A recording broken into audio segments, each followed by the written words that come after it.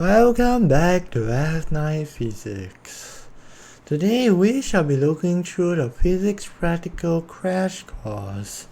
This is because by the time I upload this, the next day is my O-levels practical.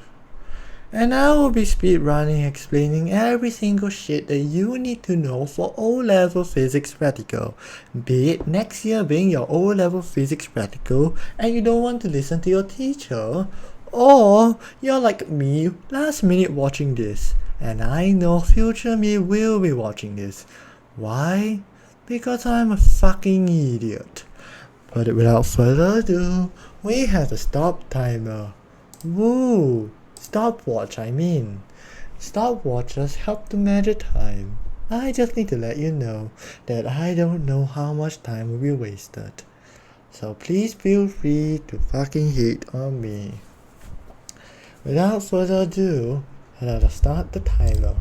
Okay, so basically guys, fuck this. Basically guys, there are 4 things that you need to do. First one, we're gonna talk about the first one will be recording. Recording a data is very easy. What is this satanic ritual? Recording a data is very easy. It's one of the easiest parts. If you want to record will be copy paste. Copy exactly. Do not argue with me about why is it like this. It's based on your fucking precision. Your precision of your equipment. If it's precision, I need to spell every word. I hate this. I can't even spell it. If it's a ruler, it's 1 dp. If it's a vernier caliper, 2 dp. With the correct unit, micrometer will be 2 dp as well. With the correct units as the mm and all that. Some cases, some apparatus can be half. Ammeters, voltmeters, whatever shit, they can be half. You just need to see them correctly. If you don't, I wish you're blind. You're blind, sorry. Then there's SF rule and DP rule. DP rule we're going to go through first. It's plus, minus, average, and you take the least of the DP. Least DP. If let's say you got like 2 times 3, 2 times 3.0, you need to put it at 6.0. Whereas for SF rule, it's plus, then it will be 5.0. SF rule, you have times, divide, and anything actually. Even gradient is included here. We'll take the least SF. Or in this case, if it's 2 times 3, you're supposed to do 5 only. Wrong, 6. With 1 SF. But minimum SF nowadays is 2. 2 SF is your minimum. So fuck 1 SF, this is 2 SF. Calculations are all using SI units and following the SF rule and DP rule. Yeah, SF and DP rule are mostly for your fucking calculations, and that's about it. So using SI to finally write your correct answer. Next one, planning. Now planning is a bit harder because it's new and it's a waste of time. But rather than that, let's go through everything. Number 1, write your IV, independent variable, the one that you're the one that you're changing. DV, the dependent variable, the one that is changing, and constant, the one that is remain the same and nobody cares about it. Number 2, name 3 of this. So IV plus DV plus 3C. Number 2, copy paste what's in front, because most of the time they will have they will have some link to your experiment that you did in front. So if let's say it's experiment 1 and then they have planning, you just copy paste mostly what's from experiment 1. You need to talk about how you use to measure the apparatus, measure IV DP using what precision, and that's about it. Just copy paste, say repeat it again. Yeah, it's the same shit. Number 3, it is your plotting on graph. This one is where you plot your graph, where you need to link it up to an equation that they will give you, because we are all idiots. So they will give you a graph and then they will say plot it. It's not going to be hard.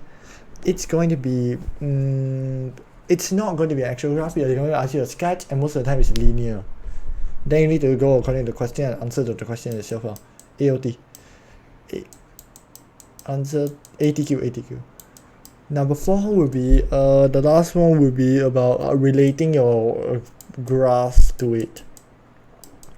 To which you need to rate your IV, DV, and gradient and all that in the last and final step, and that's about it. Yeah, that's it for planning. Number 3 will be graph. Now graphs, I hate graphs. I need to tell you that I hate graphs, but this is how you do graphs. Firstly, that's a lot of fucking squares. Yes, I am a professional artist. But anyway, there are 10 squares. So, you need to, your scale need to be multiples of 2, 5, 10. Fuck, just use 10. And then it needs to cover 50%. Why? Well, it's very simple actually.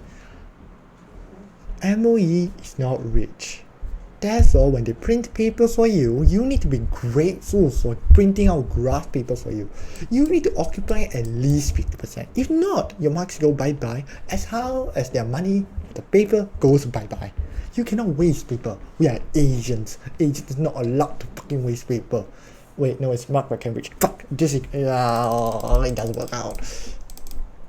Scales, just remember 2, 5, 10. Fuck all other scales. 4 even can. Might as well 2, 5, 10. Yeah, and the next part is the precision of x and y axis.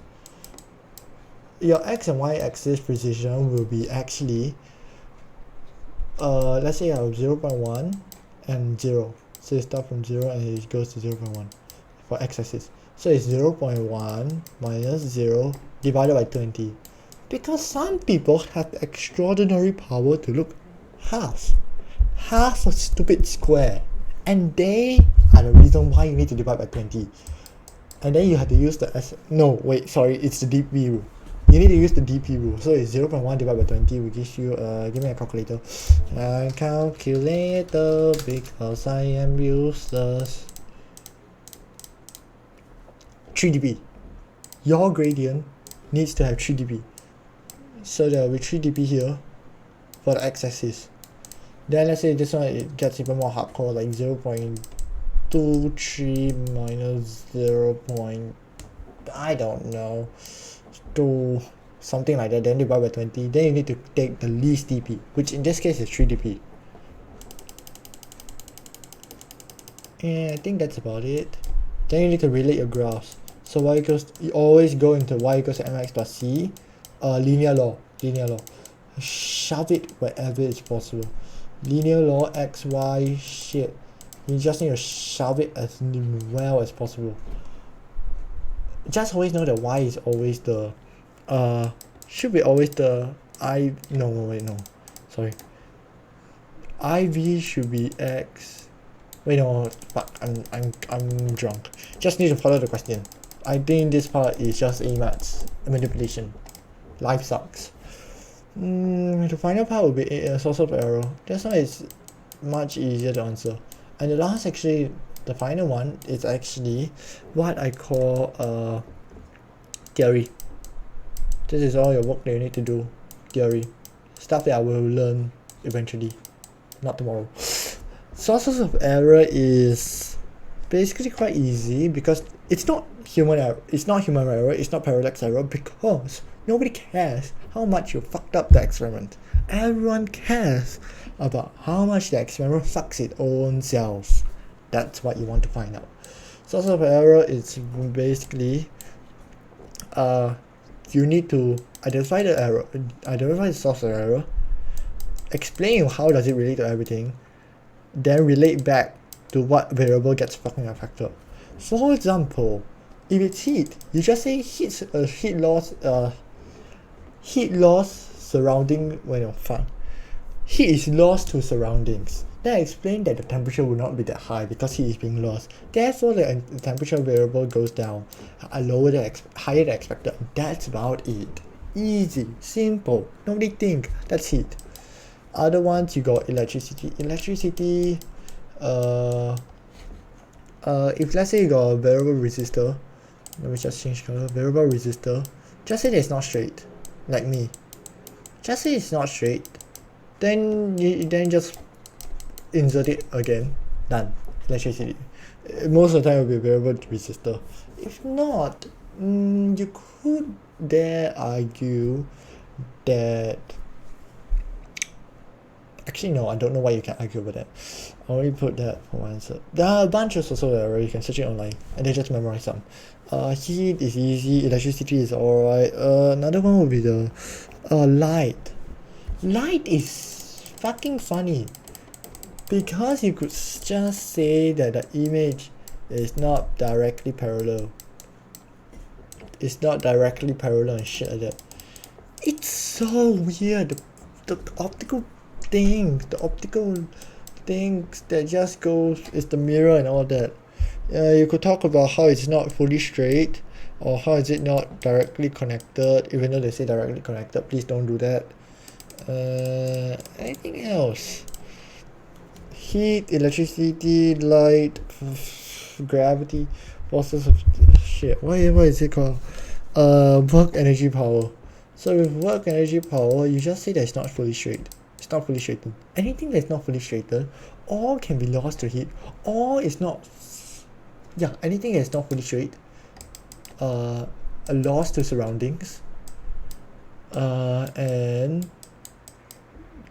talk about wind. If wind affects it, like your period, shit. If wind affects it, then talk about it. How the wind fucking screw your experiment up. It's not your fault that the wind is there. Then the theory, I think the number 6 one is just me giving you precautions in about, oh, it's 10 minutes already. It's the precautions for everything. Precautions for heat experiments. You have transfer it quickly, ASAP. If it's electricity, this one is a fucker. It is insert it to the metal sheet. There's always a plastic sheet and you need to shove it in all the way. It's like a dick into a vagina. All the way. Yes.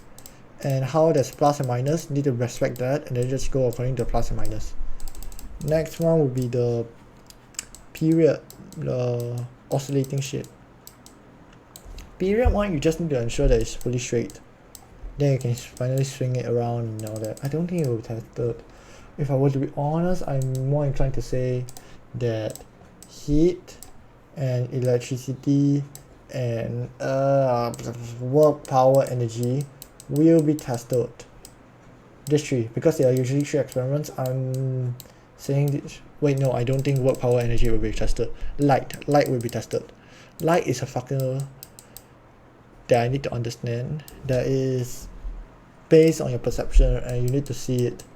So I think it's high chance that this tree will be tested, with light being the one that you need to do plan.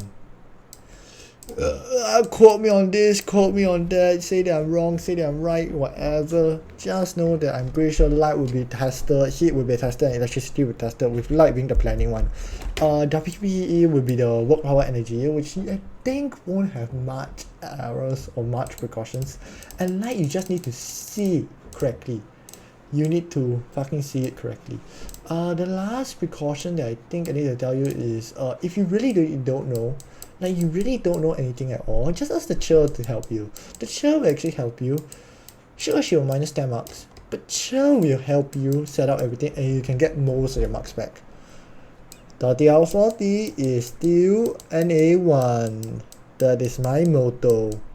Quote me on that. Okay, I think I'm done. I took up too much of your time. It's been 30 minutes. We should stop it here and then we shall stop this thing. Thank you very much for watching and please let me know if my prediction was right.